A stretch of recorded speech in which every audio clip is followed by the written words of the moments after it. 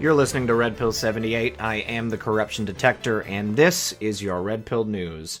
Well, that video I put out yesterday about the inside source I had on the LA military operation in downtown LA with the helicopters, that got quite the response. I've been hearing stuff from people all day about it, and I have saw a couple of videos from somebody I believe called Reality Not Fiction, and then some other people, but it was in specific relation to this photograph right here. I haven't been able to find a copy of that video. I've been too busy today, but if I can, I'm going to put it in a video later. But this is from footage of a soldier or, a technician. He's spraying down the helicopter. Now, the only need that someone would have to spray down the helicopter was if there was biohazards involved. And Mil Spec OPS Monkey states as much, states that quick update on the data researched associated with the Guatemalan House of Culture location on Wilshire Boulevard. This appears to be a biohazard mission, clearly stable as they would not have breached if it wasn't. Note the chem suits and helo decontamination. So that's what this guy's doing here. He's spraying off this helicopter. Now, this would only be done in the event that this was a biohazard that they extracted from there. So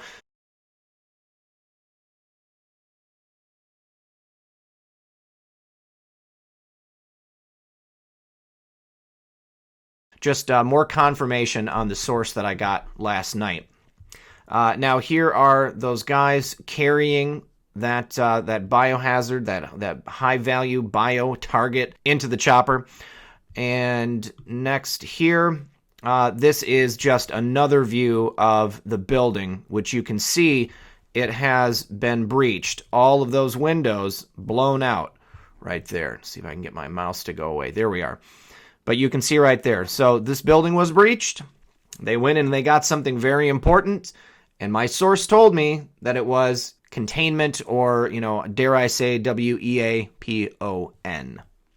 Now, Mil Spec Ops Monkey put out a tweet and asked if there were anybody who lived in LA that could do some recon and get some additional pictures. And there were many people who responded. Someone found out that Mrs. Girardi, the wife of the lawyer, has a son right here. Looks like he's a police officer. Thank you for your service. There is the man, Thomas Girardi, who owns the building that was breached. There's Mrs. Girardi. She looked way different back then. Here's a picture showing clear marks on the building, which look like powder blasts.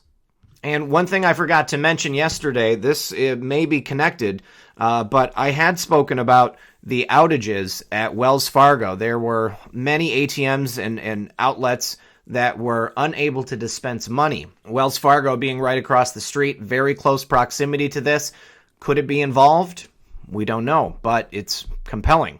All right, here is another picture from the side of the building. You can see right there, you've got what looks to be a window frame and glass that was blasted out. And again, boarded up windows. Now, I also forgot to mention this yesterday. Someone checked in at the Guatemalan House of Culture at their Facebook page. Now, when I went to go follow up on it, their Facebook page is now deleted. It's no longer there.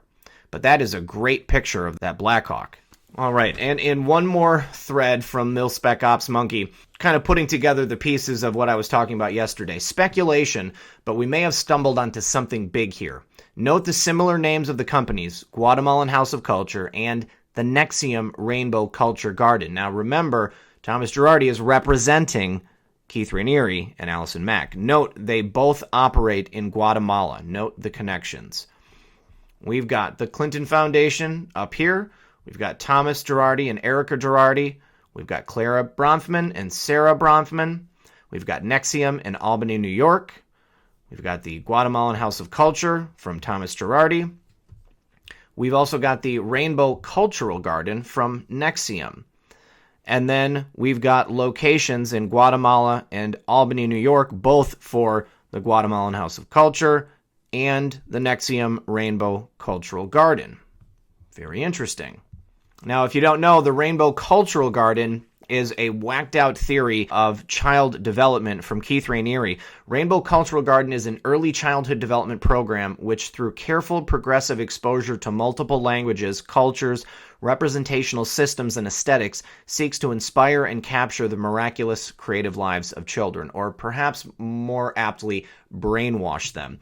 Keith Raniere seemed to think that if you were to take a child away from its parents and rotate in and out nannies and child caregivers from all these different languages and cultures, that you would better be able to, acculturate a child. Well, basically what it did would, completely turn their brains to mush, and they wouldn't learn anything. Now, Mil Spec OPS Monkey goes on to say, this could also explain why we were seeing this blue and white DOJ bird going to Guatemala prior to the raid as well.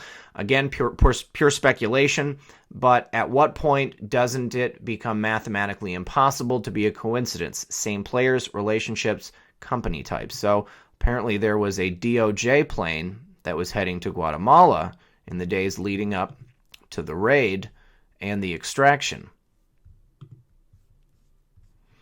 Evidently, at some point, they had another location, but take a look at this from Yelp. Kids' hands painted with rainbows.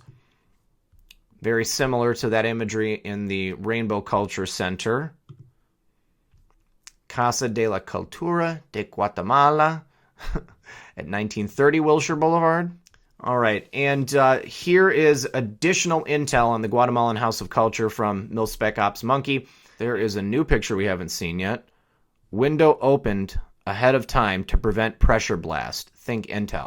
Remember that post from February 7th of 2018? Wow, a year ahead of schedule. Window open. To prevent pressure blast. That's incredible. That's the first time I've seen that put together. That's great. Now, this is a post that someone sent me from Vote, which I think is just amazing. Remember, just recently we had those posts that said TikTok. Well, this person says, I was so heavily editing a prior post regarding Schiff and our favorite Anon, post 1203, that I am starting to include more research. In post 1203, our favorite Anon talks about Adam Schiff, the Standard Hotel, and Allison Mack naming names. At the end of the post, he says TikTok LLC. Well, there really is a California-based TikTok LLC formed by a movie producer, Ash R. Shah. There are 5 related companies: TT Productions LLC, Laser Nitrate LLC, Amber Lamps LLC, Franklin LLC, and Fanny Packs LLC. Laser Nitrate LLC is at the center of all of them, managing member of each. What is interesting is that except for Laser Nitrate, they have all been either voluntarily canceled effective December 26, 2017, or suspended by the Secretary of State. I don't know what it means, but was wondering if anyone else had any information on TikTok LLC. I noticed that Ash R. Shah has a Delaware company, Silver Nitrate LLC, that is still active and filed its statement in 2018. So he's still doing something. Now, in regards to the president's awesome rally last night, my buddy Methods caught these hat tips. Don Jr. apparently said, you can think for yourself, and that think for yourself is something our favorite Anon is definitely fond of saying. President himself said, stronger together. Our favorite Anon has said, are you stronger together, united, or divided? Very cool. Trump had said, the fact is, the real collusion is between Hillary and the Democrats. That's also a refrain that's been echoed by our favorite Anon. Trump said, again, we are setting the stage, folks. Sounds very familiar. President said, it's happening, and it's happening a lot faster than anyone thought. It's happening! President said, if we did not do the shutdown, we would not have been able to show this country, these politicians, the world, what the HE double hockey sticks is happening at the border. Again, it's all about optics, folks. And, of course, Trump said, the world is watching, as has our favorite Anon. Amazing. And then there was also a video that I'm about to show here in just a moment. But, I didn't save our country. You know who saved our country? You saved our country. You saved our country. God. All right, so you can clearly see in that video, President Trump draws a Q in the air for the umpteenth time. He is telling us that it was us, okay? We, along with our favorite Anon, have provided this nation and the world with the hope necessary and the knowledge necessary to have freed ourselves. It is beautiful. Now, before we move on to the next segment, I just wanted to wish my good friend Methods here a very, very happy birthday. If you do not follow Methods on Twitter, I suggest that at the end of this video, you immediately go to the link in the description of this video and you click follow on this guy. He is an incredible researcher. He's a funny guy. And every day he's putting out information that I love to read. So thank you, Methods, for everything that you've done. And thank you for being a part of this movement. Happy, happy birthday, my friend. All right, now on to some news from the Gateway Pundit. This is great. Just in, this actually came out yesterday, but I didn't have time to put it in the video. FBI counsel talked to Hillary Clinton's lawyer about Comey's letter on Wiener laptop Clinton emails days before the 2016 election. Ruh-roh. Once again, Judicial Watch is doing the heavy lifting. Conservative watchdog group Judicial Watch announced Monday it received 215 pages of records from the Justice Department, revealing former FBI General Counsel James Baker discussed the investigation of Clinton-related emails on Anthony Weiner's laptop with Hillary's lawyer, David Kendall, only days before the 2016 election. Hillary Clinton's lawyer demanded an urgent conference call with the FBI after he found out Comey had sent a letter to Congress informing them he found Hillary's emails on Weiner's laptop, and the FBI bowed to Hillary's lawyer. Judicial Watch received the new records in response to a May 21st order in a January 2018 FOIA lawsuit filed since Congress doesn't even do their basic job of oversight. Now, from Judicial Watch, on October 28, 2016, the day that Comey sent a letter to Congress regarding the FBI's discovery that the Weiner laptop contained Clinton's emails, Hillary Clinton's personal lawyer, David Kendall, within hours, emails Baker directly requesting a call ASAP about the Comey letter. Baker describes his follow-up call to senior FBI officials. I received the email below from David Kendall and I called him back. Before doing so, I alerted DOJ via email that I would do that. Now here is the redacted paragraph from the email. He said that our letter was tantalizingly ambiguous and made statements that were inchoate and highly ambiguous, such that what we had done was worse than transparency because it allows people to make whatever they want to out of the letter to the prejudice of Secretary Clinton. I told him that I could not respond to his requests at this time, but that I would discuss it with others and get back to him. I suggest that we have some kind of follow-up meeting or phone call with this group, either this evening or over the weekend, to address this and probably other issues and questions that come up in the next 24 hours. Sound reasonable? Baker's heads up on the Kendall call was sent to then-Director James Comey, since fired, then Associate Deputy Director David Bowditch, who later replaced Andrew McCabe as Deputy Director, Michael Steinbach, the FBI's former Executive Assistant Director for National Security, then Assistant Director of Counterintelligence EW Bill Priestap, now retired, James Rybicki, former Chief of Staff to Comey, FBI Intelligence Analyst Jonathan Maffa, former Acting Assistant Director Jason V. Herring, Michael Cortan, FBI Assistant Director for Public Affairs, now retired, former Principal Deputy General Counsel Tricia Anderson, Strzok and Page, and the emails show that a conference call for the above senior officials was set up for the next day by Peter Strzok, none other.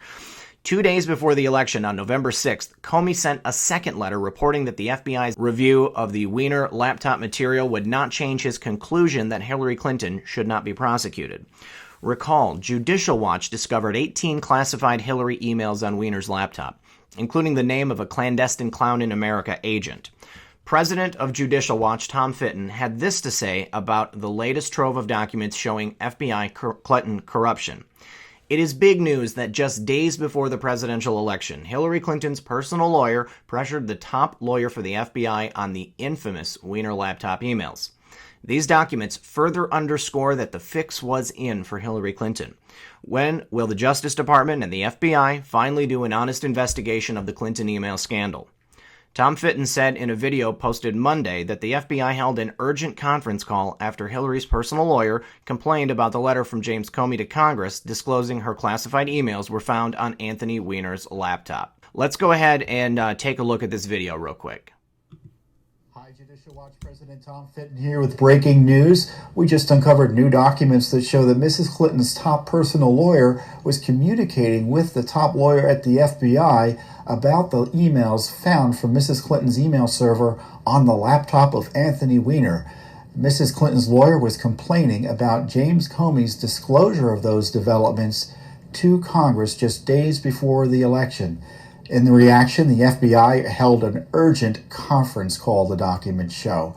These documents show that the Hillary Clinton email investigation was fixed, and frankly, it's well past time for both the Department of Justice and the FBI to finally conduct an honest investigation of Hillary Clinton's email misdeeds.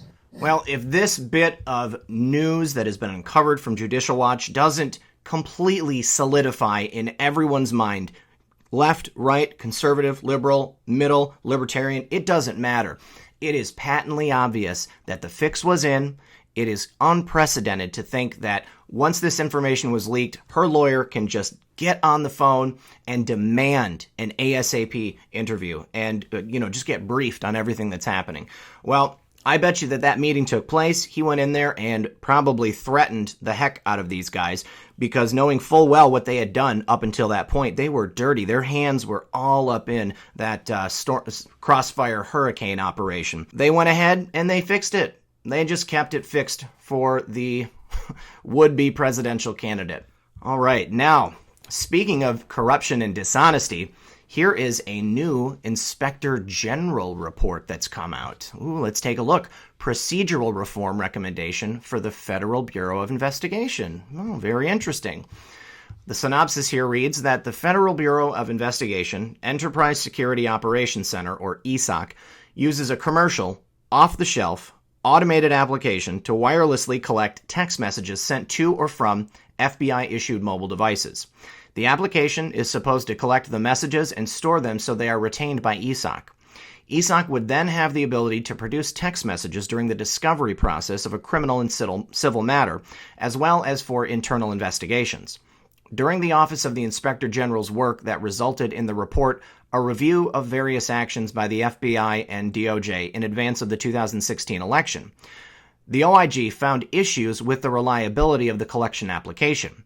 In addition, unknown to the FBI, the OIG found that text messages were saved to a database on the devices, some of which were not captured by the collection application. Very interesting.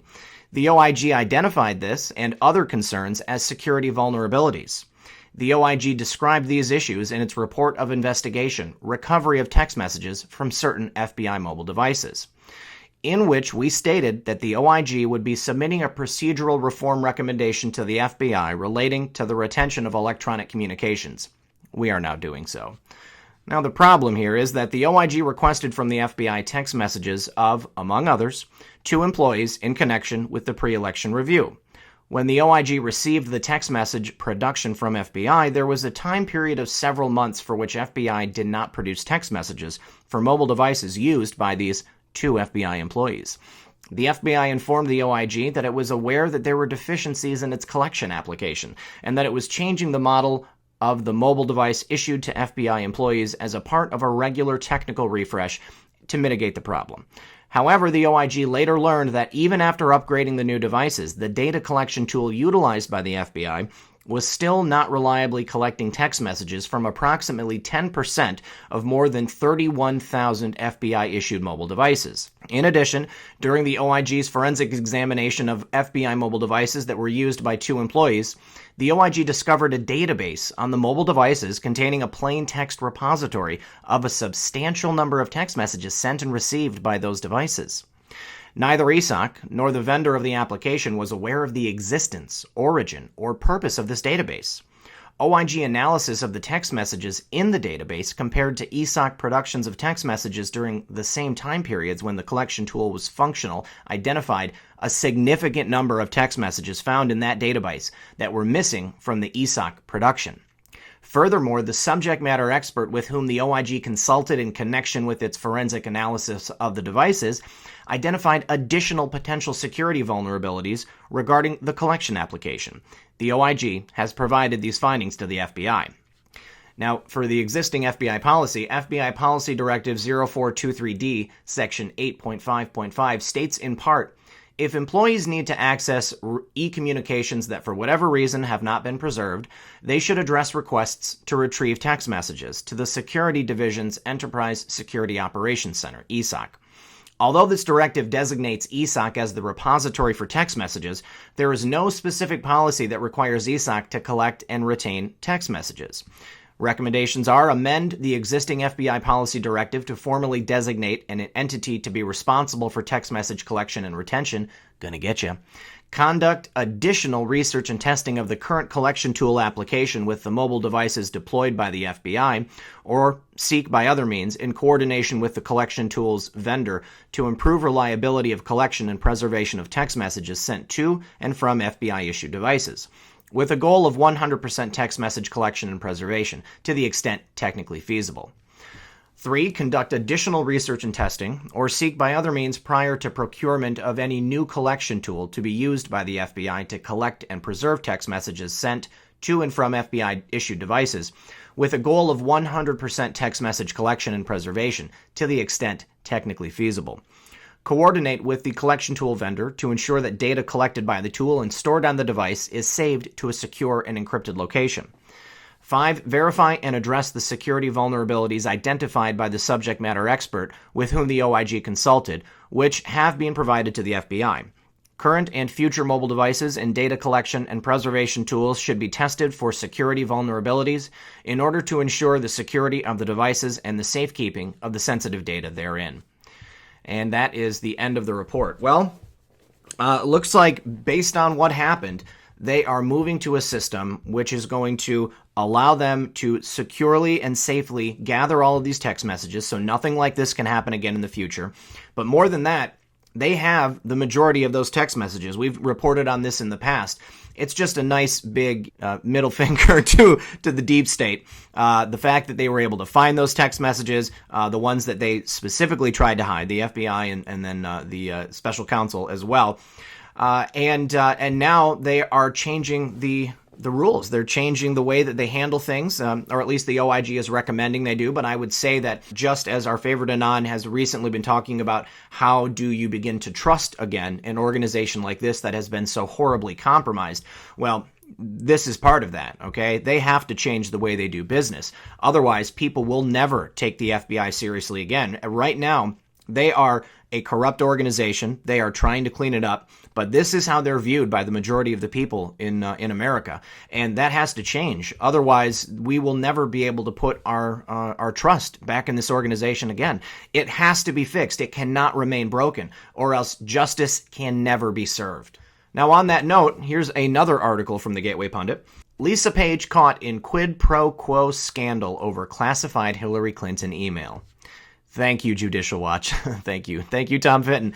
Thanks to an email uncovered by conservative watchdog group Judicial Watch, we now know that former FBI lawyer Lisa Page described a quid pro quo with the State Department to cover up a classified email found on Hillary Clinton's private server. Lisa Page, who was an FBI lawyer at the time, sent her paramour, Peter Strzok, and other FBI officials an email a few weeks before Election Day in 2016, worrying about a pending FOIA disclosure that would reveal a discussion between top State Department officials and DOJ officials about a potential quid pro quo agreement. The quid pro quo arrangement would have the State Department giving the FBI more legat positions for its overseas office in exchange for hiding one of Hillary Clinton's emails from the public. Lisa Page asked the State Department if the FBI could change the basis of the FOIA, withhold decision regarding Hillary's email from classified to something else. Here's an actual screenshot of the email. Jason Herring will be providing you with the 302s of current and former FBI employees who were interviewed during the course of the Clinton investigation.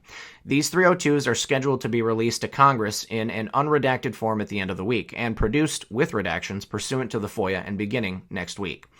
As you will see, they describe a discussion about potential quid pro quo arrangement between a then DAD in IOD and an Undersecretary of State, whereby IOD would get more legat positions if the FBI could change the basis of the FOIA, withhold regarding a Clinton email from classified to something else. She used the term quid pro quo. You can't get much more obvious than that. The quid pro quo plan never concluded, however. The email from Lisa Page to other FBI officials, including her paramour, Peter Strzok, showed she was working to protect Hillary Clinton. Then they go through the text of the email right here. The Lisa Page email was discovered by conservative watchdog group Judicial Watch as part of a tranche of documents it received Monday from a previous FOIA lawsuit. Judicial Watch received the new records in response to a May 21st order in a January 2018 FOIA lawsuit filed since Congress doesn't do their basic job of oversight. And we've said it again and again. What else was the FBI doing behind the scenes to cover up Hillary Clinton's crimes? That is a fair question. At this point, I am not surprised at anything that comes out. There is not a single thing that could shock me because I fully believe that the FBI was absolutely 100% compromised in every single action that they took. Not only involving this investigation, but I feel that every single FBI investigation, for the past several decades is now called into question. I wonder, based upon how corrupt the FBI is, if there are any people with federal cases against them that are going to challenge them in court because of the fact that they were so corrupt. We're going to have to wait and see, but this is great news.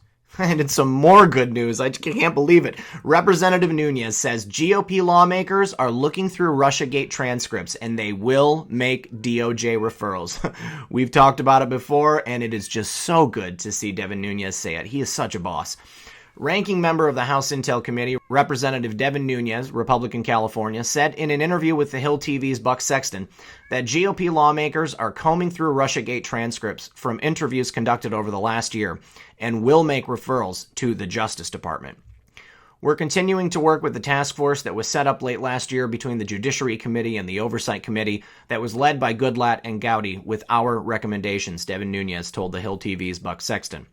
We will be continuing that task force, except at that the House Intelligence Committee Republicans will be involved, Nunes continued. We're now combing through the transcripts that came last year from the roughly 15 interviews or so. We'll comb through those, and we will be sending those recommendations on to the Department of Justice when the timing is appropriate, he said. Buck Sexton asked Congressman Nunes where the Mueller investigation is going to end up regarding President Trump and the Russian collusion. They're not going to find any Russian collusion, Nunes said, adding, as we've known from the very beginning, the Mueller team was stacked with hard partisans and 2 were fired. Strzok and Page were fired.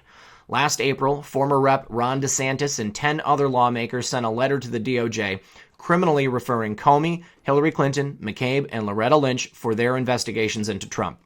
That same week in April, Inspector General Michael Horowitz criminally referred former FBI Deputy Director Andrew McCabe to the U.S. Attorney's Office about the FBI's investigation into the Clinton Foundation. So far, none of these deep state criminals have been indicted or sentenced to prison. Meanwhile, Trump associates are being indicted on process crimes. There will be no justice as long as Mueller and Rosenstein are running the DOJ. And we know that that is about to come to a close. That is an era that the sun is setting on. We have William Barr about to be confirmed. As soon as William Barr is there in his position, we will see justice. I predict that we will see these people begin to be indicted because these are real crimes. These are serious, serious criminal acts that were done against not only our president, but people that were close to him. This cannot stand, and it will not stand. I am fully 100% convinced that William Barr is the key, okay? He is what will break the levee. And lastly, from the Daily Caller, this is just summing up everything that we've just gone over. A report from the Senate Intel Democrats finds no collusion between Trump and Putin. It's official. The Senate Intelligence Committee is finishing its investigation into Russian interference during the 2016 presidential election, and neither Russian nor Democrats have found any evidence of collusion. The report cited politicians of both parties on the committee who confirmed that no collusion was uncovered after more than 2 years of investigating, NBC News reported. Anonymous Democratic Senate investigators conceded that they are not going to be able to find evidence of direct collusion between the Trump campaign and Russian President Vladimir Putin, the report claims. This is going to destroy them. We were never going to find a contract signed in blood saying, hey, Vlad, we're going to collude. Oh, wow, you'd think different from the way that they've been acting. Another aide seemed to confirm that sentiment, but still expressed skepticism that the Trump campaign operated above board in 2016. Donald Trump Jr. made clear in his messages that he was willing to accept help from the Russians. Trump publicly urged the Russians to find Clinton's missing emails. These guys have no sense of humor. Have you ever heard of satire? The statements from anonymous Democrats lined up with what Republican Chairman Richard Burr said during an interview with CBS News last week, which the report cites. If we write a report based upon the facts that we have, then we don't have anything that would suggest there was collusion by the Trump campaign and Russia, Burr said. We know we're getting to the bottom of the barrel because they're not new questions that we're searching for answers to. President Donald Trump responded positively to Burr's interview last week, tweeting that it confirmed his story of events. Not only did Senator Burr's committee find no collusion by the Trump campaign and Russia, it's important because they interviewed 200 witnesses and 300,000 pages of documents, and the committee has direct access to intelligence information that's classified, President Trump said in a tweet. Many congressional Democrats and liberal groups have been adamant that Russia had a hand in Trump's election and even seized on a meeting between Donald Trump Jr.'s infamous Trump Tower meeting that took place in June 2016 as evidence. Both Trump and his son have denied that then-candidate Trump was aware of the meeting before it took place. And we now know that the whole thing was a setup by Hillary Clinton, the DNC, her attack dog hack firm, Fusion GPS, and the British spy, Christopher Steele. All fake, all manufactured, and it was all between the Democrats and the Russians. It was not between the Trump campaign and the Russians. So, in conclusion, I think it's very obvious that things are winding down and things are beginning to spin up on our side of the fence. We are going to see even more happening, just as President Trump said last night. It's happening, and it's happening faster than any of us could have ever imagined, especially after all these years of waiting, decades for some of us. I want to thank everyone for joining me. As always, I am Red Pill 78, the corruption detector, and this has been your Red Pill News. Good luck, everyone, and God bless.